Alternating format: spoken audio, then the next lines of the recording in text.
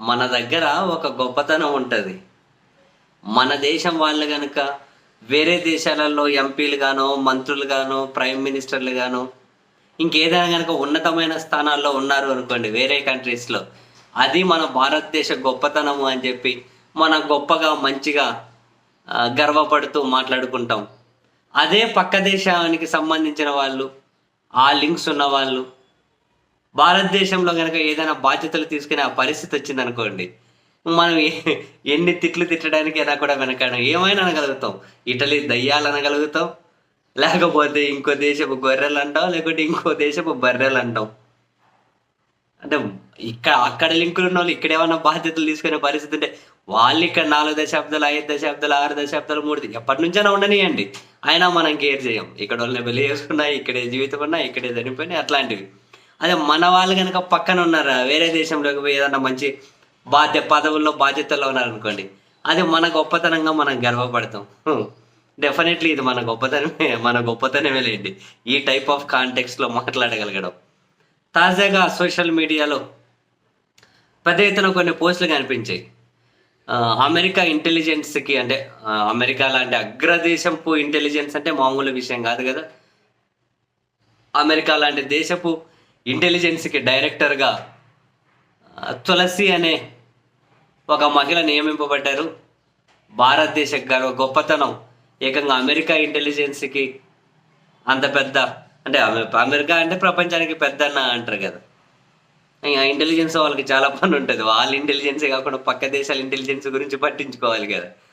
అంత పెద్ద దేశానికి సంబంధించినటువంటి అంత కీలకమైన స్థానంలో డొనాల్డ్ ట్రంప్ తాజాగా ఎన్నికయ్యారు కదా అధ్యక్షుడిగా. జనవరిలో అఫీషియల్‌గా బాధ్యతలు టేకప్ చేస్తారు కదా! అప్పటి వరకు ఆయన కీలకమైన నియామకాలు చేపట్టుకుంటూ వెళ్తూ ఉన్నారు. ఇంటెలిజెన్స్ చీఫ్‌గా తులసి అనే మహిళకి ఇచ్చారు. తులసి అనే మహిళ. సో, ఆమె భారతీయురాలే అన్నట్లు చాలామంది పోస్టులు పెడుతూ ఉంటే కొందరి వాట్సాప్ స్టేటస్‌లో కూడా చూశాను. This is proud to be Indian అని చెప్పి అట్లా అని. అయితే ఇక్కడ ఇంట్రెస్టింగ్ ఏంటి అంటే ఆ తులసి గబ్బార్డ్ ఆమె పేరు. అయితే ఆమెకు భారతదేశానికి ఎలాంటి సంబంధము లేదు.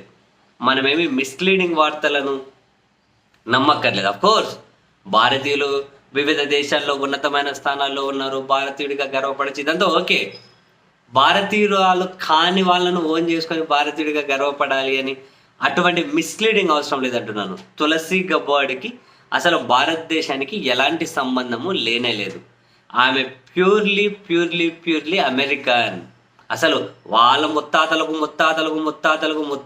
కూడా భారతదేశంతో ఎలాంటి లింక్స్ లేవు. మరి తులసి అని ఎందుకు పేరు పెట్టారు? తులసి అని ఎందుకు పేరు పెట్టారంటే వీళ్ళ తల్లిగారు ఎవరైతే ఉంటారో వాళ్ళ తల్లిగారు హిందూ మతంలోకి కన్వర్ట్ అయ్యారు హిందూ మతం. వాళ్ళు ఫాలో అయ్యేది వైష్ణవ హిందూ మతం అంట. వైష్ణవ హిందూ అక్కడికి కన్వర్ట్ అయ్యారు.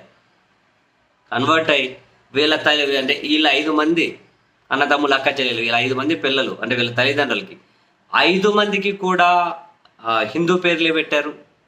5 మందికి కూడా 5 మందిని కూడా మార్షల్ ఆర్ట్స్‌కి, యోగాకి, ఈ స్పిరిచువల్ కార్యక్రమాలకి ఇవన్నీ కర్మ సిద్ధాంతాలు నమ్మడం ఇవన్నీ కూడా అంటే కంప్లీట్‌గా హిందూగా వాళ్ళు మారారు. ఈవెన్ అమెరికా ఈమె ఇంతకుముందు తులసి గబ్బార్డ్ అమెరికా సభలకి ఇంతకుముందు చట్టసభలకు పనిచేసినప్పుడు కూడా భగవద్గీత మీదనే ప్రమాణం కూడా చేశారు. సో ఆమె పేరు అలా అమ్మగారు కన్వర్షన్ జరిగింది హిందూ మతంలోకి జరిగారు. అట్లా పేరు పెట్టారు. భారతదేశపు మూలాలు అయితే లేవు. 5 మంది అయితే 5 మందికి అవే పేర్లే పెట్టారు. అండ్ తులసి గబ్బార్డ్ అని సేమ్ ఇక్కడ మనలాగే ఆమె కూడా ఇంతకుముందు డెమోక్రాట్ల పార్టీ వైపు ఉండే. తర్వాత పార్టీ జంప్ అయి రిపబ్లికన్ డొనాల్డ్ ట్రంప్ వైపు వచ్చారు.